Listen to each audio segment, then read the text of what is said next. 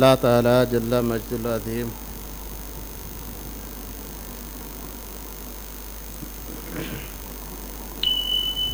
اپنی قدرتوں اور رحمتوں کا جا بجا اظہار فرماتا ہے۔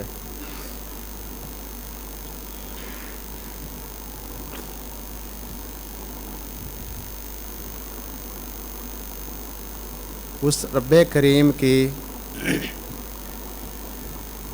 رحمتیں بے شمار ہیں، فضل و کرم بے حساب ہے۔ اللہ تعالیٰ جب بھی دین میں کسی بھی اعتبار سے کمی کا اندیشہ ہونے لگے تو اللہ اپنی قدرتوں کا اظہار فرماتا ہے، کوئی نہ کوئی ایسا ماحول پیدا ہو جاتا ہے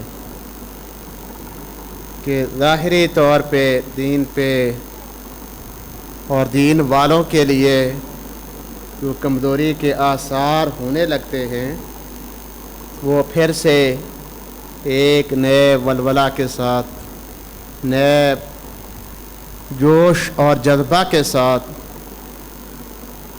اظہار ہو جاتا ہے۔ ہم مختلف احوال کا جب معائنہ کرتے ہیں، کتابوں کا مطالعہ کریں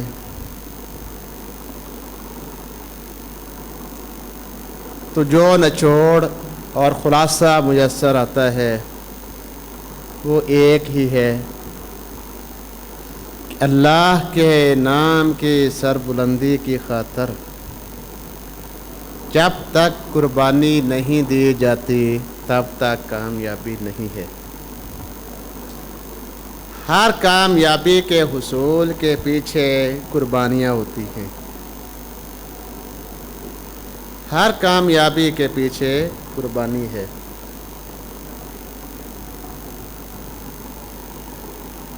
میدان کرب و بلا میں قربانی تھی،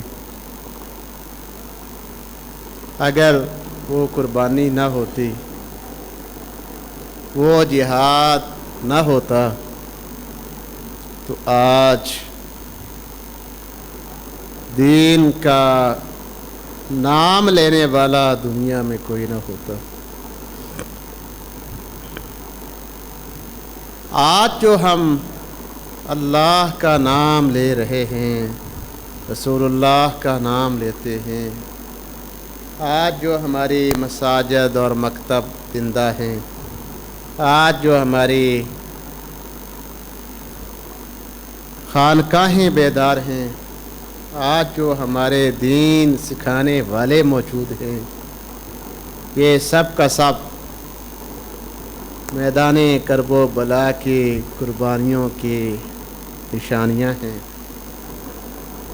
سیدنا امام حسین رضی اللہ تعالیٰ عنہ نے اپنے آپ کو اللہ کی رضا کے لیے قربان کیا تو نتیجہ یہ نکلا کہ آج بھی اللہ اور اس کے رسول کا نام چل رہا ہے۔ بغداد شریف میں سیدنا غوث اعظم رضی اللہ تعالی عنہ آپ کے ابتدائی ادوار کی بات ہے کہ سیدنا غوث اعظم رضی اللہ عنہ جا رہے تھے نماز جمعہ کی ادائیگی کے لیے۔ راستے میں جاتے ہوئے ایک جگہ سے کسی مریض کے درد بھرے لہجے میں ہائے ہائے کی آوازیں سنائی دیں تو شیخ عبد القادر، اور یاد رکھیں کہ یہ شیخ بہت عظیم الشان منصب ہوتا ہے۔ ایک صاحب تھے تو کسی کہنے والے نے اسے بولا، کہا کہ یا شیخ، اب وہ جس بزرگ کو یا شیخ کہہ کے پکارا گیا وہ بزرگ بھی صاحب کمال بزرگوں میں سے تھے، لیکن وہ ناراض ہوئے۔ انہوں نے کہا کہ تو کون ہے مجھے شیخ بول رہا ہے؟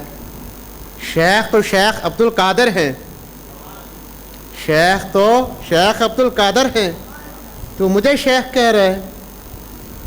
اللہ تعالیٰ ہدایت کاملہ عطا فرمائے، آج تو ہر بندہ ہی کسی کو کھچکانے کے لیے بھی شیخ کا لفظ بولنے لگ گیا ہے۔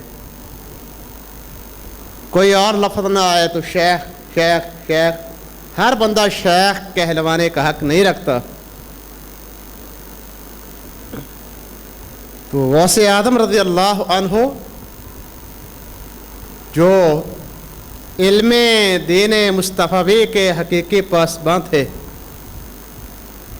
اور غوث اعظم رضی اللہ عنہ صرف 11ویں والے پیر کا یہ نام نہیں، نماز پڑھنے والے پیر کا نام ہے، روزہ رکھنے والے پیر کا نام غوث اعظم ہے، قرآن مقدس کی حقیقی تعلیمات کو عام کرنے والے شخص کا نام غوث اعظم ہے۔ غوث اعظم ایک ہی ہیں جو امام اہل عشق و محبت شاہ احمد رضا رحمۃ اللہ تعالی علیہ، آپ اپنے ایک کلام میں لکھتے ہیں کہ صحابیت ہوئی پھر تابعیت، صحابیت ہوئی پھر تابعیت، بس آگے قادری منزل ہے یا غوث، یہ چشتی نقش بندی سہر وردی ہر ایک تیری طرف آئل ہے یا غوث۔ اور یہ بہت لمبی ایک نظم ہے امام اہل عشق و محبت کی، اعلیٰ حضرت امام احمد رضا رحمۃ اللہ تعالیٰ علیہ کی۔ اور یہ جو شعر پڑھے ہیں، میں نے پہلا جو شعر پڑھا ہے اس کا مطلب کیا ہے کہ نبی الانبیاء خاتم النبیین صلی اللہ علیہ وسلم، خاتم المعصومین صلی اللہ علیہ وسلم، سید الاولین والآخرین صلی اللہ علیہ وسلم، پوری کائنات کے دلہا عظیم صلی اللہ علیہ وسلم، آپ کی امت میں سب سے پہلے صحابیت کا نمبر ہے، اور صحابیت کے بعد تابعیت کا نمبر ہے، اور تابعی کے بعد پھر آگے غوث اعظم ہے، اور پھر ان کا ہی فیض امام سیدنا امام مہدی علیہ السلام تک کے لیے غوث اعظم کا ہی دور ہے۔